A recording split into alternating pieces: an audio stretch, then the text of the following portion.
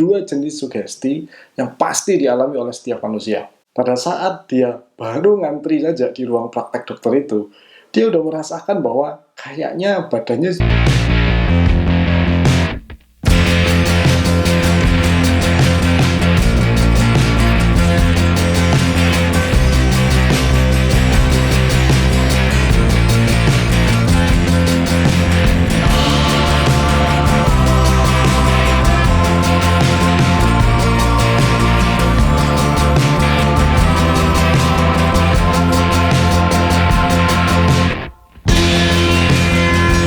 Halo pemirsa sekalian, jumpa lagi dengan saya Ari Sandi dari Akademi Hipnoterapi Indonesia.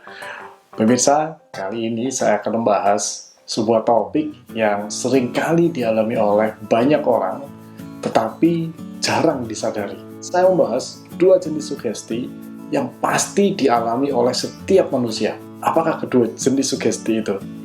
Oke, simak penjelasannya sampai selesai di video ini, karena mungkin dari sini Anda akan tahu mengapa hari ini Anda bertindak, berpikir, dan memiliki kebiasaan seperti yang sekarang ini. Ilmu hipnoterapi adalah sebuah ilmu yang membahas tentang bagaimana cara otak bekerja, kemudian menyimpan memori, dan kemudian kalau ada memori yang buruk, memori yang mempengaruhi kinerja seseorang, bagaimana menetralisirnya. Nah, seperti itulah kira-kira ya sekilas hipnoterapi. Lebih detailnya Anda bisa lihat di video-video saya sebelumnya yang membahas tentang hipnoterapi. Nah, di video kali ini, sebagaimana tadi saya katakan, saya akan membahas tentang dua jenis sugesti yang pasti dialami oleh setiap manusia. Anda tahu kan sugesti itu apa? Ya, sugesti itu adalah sesuatu yang diyakini. Dalam masyarakat awam biasanya nih sering terjadi ketika orang yang sakit dan kemudian dia punya keyakinan bahwa kalau dia pergi ke dokter A, maka dia akan sembuh. Pada saat dia baru ngantri saja di ruang praktek dokter itu, dia udah merasakan bahwa kayaknya badannya sudah jauh lebih enak. Apalagi ketika udah ketemu dokternya, udah dikasih resep, dan baru obat pertama yang diminum, udah sembuh. Nah, itu adalah sebuah sugesti. Orang ini meyakini bahwa kalau dia pergi ke dokter ini, pasti sembuh. Pemirsa, ada banyak sekali sugesti-sugesti di dunia ini. Dan yang Anda perlu tahu adalah bahwa Anda dan saya hari ini itu adalah hasil dari sekumpulan-sekumpulan sugesti yang kita terima dari masa kecil kita, bahkan dari dalam kandungan sampai hari ini. Cobalah Anda renungkan, kebiasaan Anda hari ini, pemikiran Anda hari ini, keputusan-keputusan Anda hari ini, semuanya adalah akumulasi dari sugesti-sugesti yang Anda terima. Dengan kata lain, akumulasi dari seperangkat keyakinan-keyakinan yang Anda yakini. Dan akhirnya itulah yang akan menjadi dasar pengambilan keputusan Anda. Entah itu Anda sadari atau tidak. Oke, kita segera bahas ya, dua jenis sugesti ini apa aja. Ya, dua jenis sugesti ini adalah sugesti dari orang lain.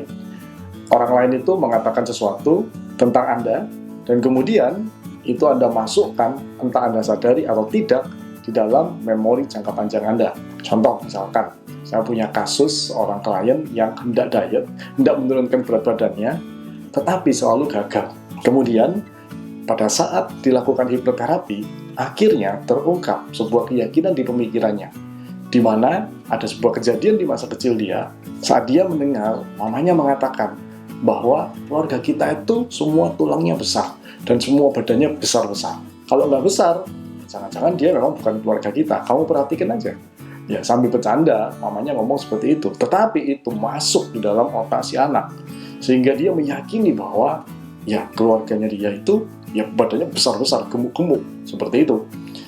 Ketika dia dewasa dan kemudian mulai mengalami masalah dengan overweight, ya kelebihan berat badan, dia menyadari bahwa ini nggak bagus. Tetapi setiap upaya diet yang dia lakukan selalu gagal. Dia tahu ilmunya, dia tahu harus ngapain untuk bisa menurunkan berat badannya, tetapi upaya apapun selalu menemui kegagalan. Dengan hipnoterapi, akhirnya ketahuan bahwa orang ini memiliki keyakinan bahwa saya itu ya pasti gemuk, karena semua keluarga saya itu pasti gemuk. Jadi kalau enggak, ya berarti bukan keluarga ini, gitu.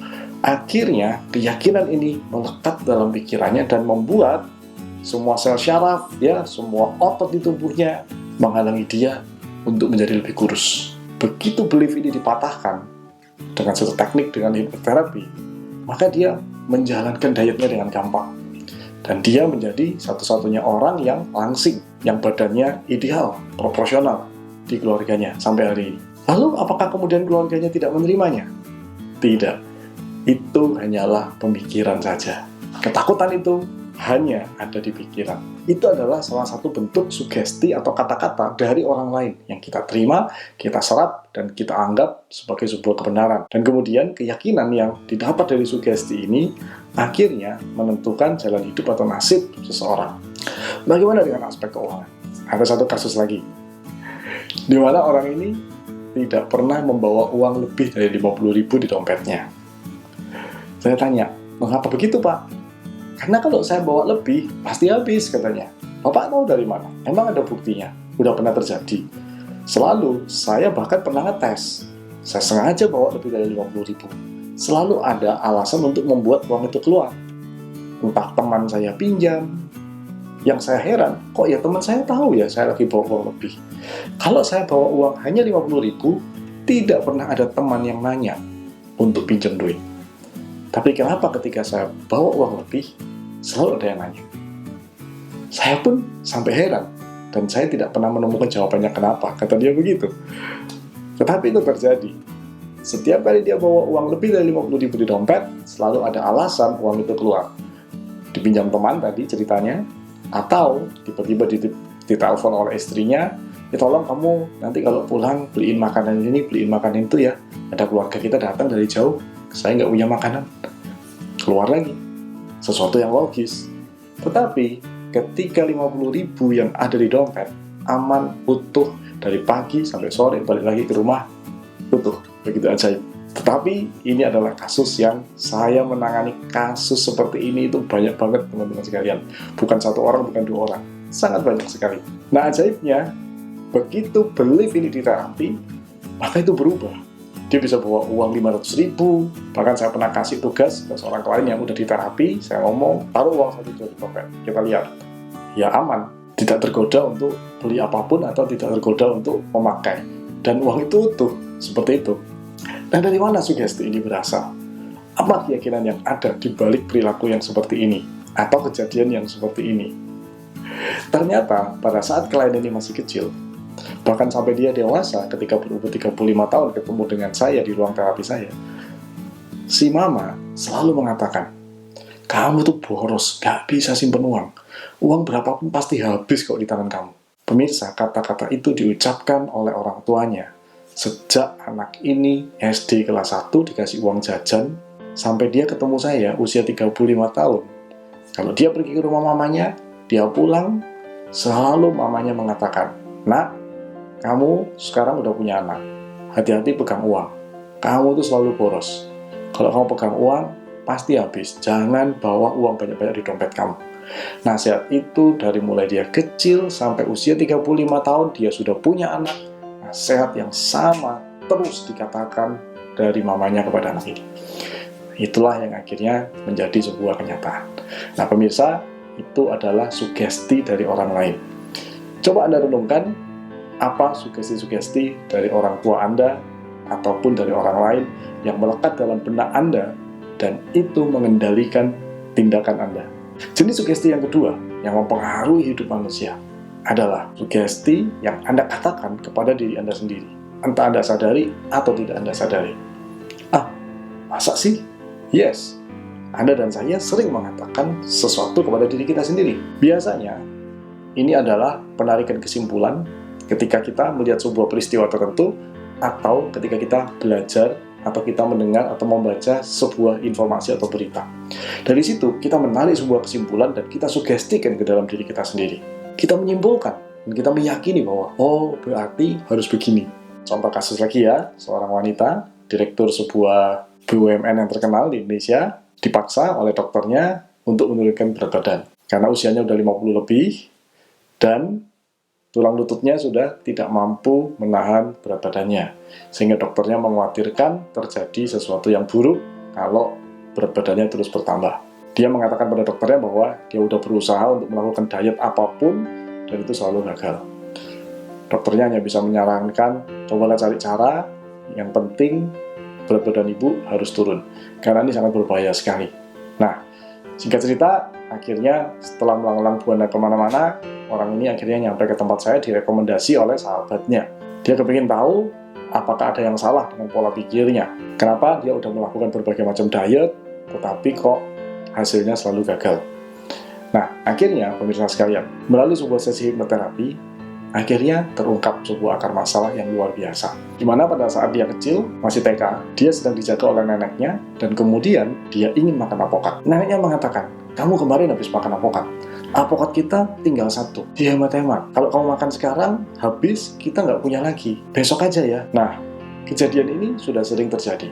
Tiap kali dia ingin makan apa, selalu kita nggak punya uang, kita cuma punya ini, dihemat-hemat ya, supaya besok masih bisa makan lagi. Sampai kejadian dia ingin makan apokat itu, neneknya mengatakan hal yang sama lagi, dan di situ dia berjanji bahwa suatu hari aku akan kerja, cari uang yang banyak, dan aku akan beli makanan sebanyak-banyaknya, aku akan makan sepuasnya. Dan ini terus terjadi, dia sugestikan ke dalam dirinya, sepanjang pertumbuhan dia, dari mulai dia TK, SD, SMP, kondisi ekonomi keluarga, karena ibunya hanyalah seorang guru TK biasa yang gajinya pas-pasan, dia harus mengalami kekurangan uang terus-menerus, sehingga makanan pun terbatas. Bertahun-tahun dia mengalami hal itu, bertahun-tahun dia harus menahan keinginan-keinginannya, sehingga ini semakin memperkuat bahwa suatu hari aku akan cari uang yang banyak, dan aku akan makan sepuasnya. Dan itu kejadian. Dia bekerja, karirnya semakin bagus, prestasinya semakin bagus, dan otomatis gaji pun semakin tinggi. Uang semakin banyak mengalir, dan dia pun juga makan semakin banyak. Walaupun dia merasa kenyang, dia tidak bisa mengalahkan dorongan yang muncul dari dalam dirinya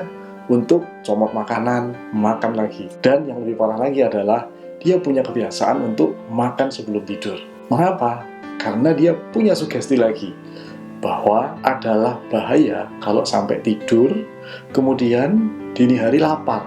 Nanti bisa mati, karena kan kita tidur gak tahu kalau lapar. Nah, karena itu supaya aman, sebelum tidur kenyangkan perut dulu. Anda bisa bayangkan, Anda makan besar sebelum Anda tidur, gula darah akan naik dan berbagai penyakit akan muncul. Nah, itulah yang terjadi pada ibu ini. Dia selalu mensugestikan dirinya bahwa dia akan beli makanan apapun kalau dia punya uang banyak, dan itu memang kejadian. Pemirsa sekalian, sugesti-sugesti, entah itu yang dikatakan orang lain kepada Anda, atau yang Anda simpulkan sendiri karena adanya sebuah kejadian, akhirnya sugesti itu akan menentukan keputusan Anda. Keputusan Anda akan menentukan kebiasaan yang Anda miliki, dan kebiasaan Anda akhirnya menentukan nasib Anda. Yang saya maksud nasib di sini adalah Anda sehat atau sakit, berat badan Anda ideal, proporsional, atau overweight. Itu adalah nasib. Anda punya saldo rekening yang terus bertambah gemuk, atau saldo rekening yang pas-pasan dari waktu ke waktu. Semua itu adalah nasib. Nasib ditentukan dari kebiasaan-kebiasaan, dan kebiasaan ditentukan dari sugesti-sugesti yang Anda yakini di dalam pikiran bawah sadar Anda. Secara sadar, kita semua pasti ingin berat badan yang ideal. Tetapi dorongan bawah sadar yang dihasilkan dari akumulasi sugesti tadi membuat kita terus nyomot makanan, tidak bisa dihentikan. Secara sadar, kita ingin menyimpan uang supaya terakumulasi, supaya bisa dikembangkan. Tetapi dorongan bawah sadar selalu memerintahkan supaya uang itu keluar dengan satu atau lain cara. Secara sadar, kita ingin rajin, kita ingin spontan mengerjakan semua tugas sampai selesai. Tetapi dorongan bawah sadar akan membuat kita malas-malasan dan menunda karena alasan tertentu yang ada di bawah sadar. Jadi, perhatikanlah apa yang sering Anda sugestikan pada diri Anda sampai hari ini, yang terutama tidak Anda sadari. Memang agak susah mencarinya, tapi kalau Anda merenungkannya, Anda memikirkannya, nanti Anda akan tahu jawabannya. Oh, ternyata sugesti ini. Kemudian, buang kata-kata yang Anda tujukan pada diri Anda sendiri yang sifatnya negatif. Seperti, aduh, bodohnya aku. Anda mensugesti diri Anda sendiri. Atau, aduh, aku ini memang lemot. Aduh, aku ini memang gaptek, gimana ya? Oke? Atau, aduh, aku ini memang gak bisa simpan uang. Selalu habis. Tuh kan, gimana ya caranya simpan uang? Selalu habis. Atau Anda mengatakan pada diri Anda sendiri ketika menerima tagihan, aduh, uang dari mana ya, cepet banget sih, harus bayar ini, harus bayar itu lagi, aduh. Anda mensugestikan yang buruk ke dalam diri Anda. Ingat, sugesti atau kata-kata yang Anda tujukan pada diri sendiri, itu akan membuat Anda seperti di dalam pasir hisap, yang akan membuat Anda terus kesedot ke bawah, tidak akan berkembang. So, hati-hati dengan sugesti-sugesti yang Anda katakan pada diri Anda sendiri. Itu sangat berbahaya sekali. Oke, pemirsa sekalian, kalau Anda merasa video ini sangat bermanfaat untuk mengingatkan Anda, bantu saya mendukung channel ini dengan share ini kepada sahabat Anda, teman Anda, agar mereka pun juga dapat pencerahan, ya. Dan kemudian like videonya, oke, dan pastikan untuk subscribe bagi yang belum subscribe. Kalau Anda mau bertanya, kalau Anda mau diskusi tentang sesuatu yang Anda alamin, tulis di kolom komentar di bawah. Dan juga pastikan ya, ikuti akun Instagram Akademi Hipnoterapi Indonesia. Yes, sekarang kami sedang mengembangkan akun Instagram tersebut. Anda bisa follow akun Instagram kami di @Akademi Hipnoterapi Indonesia. Ini seperti yang fokus di sini. Yes, silahkan di follow karena banyak sekali pembelajaran-pembelajaran yang tiap hari di situ diupload oleh tim Akademi Hipnoterapi Indonesia. Dan bagi Anda yang kepingin mengubah sugesti yang sudah terlanjur masuk, terutama sugesti yang negatif, di bawah, lihat di description, lihat ya di bawah ya, di description itu ada petunjuk bagaimana cara Anda mengakses sebuah program untuk membantu Anda ya memprogram ulang pikiran Anda. Cek ya di description di bawah. Oke. Akhirnya saya bisa mendoakan semoga Anda semakin SKRB, sehat, kaya raya, bahagia. Sampai jumpa di video berikutnya.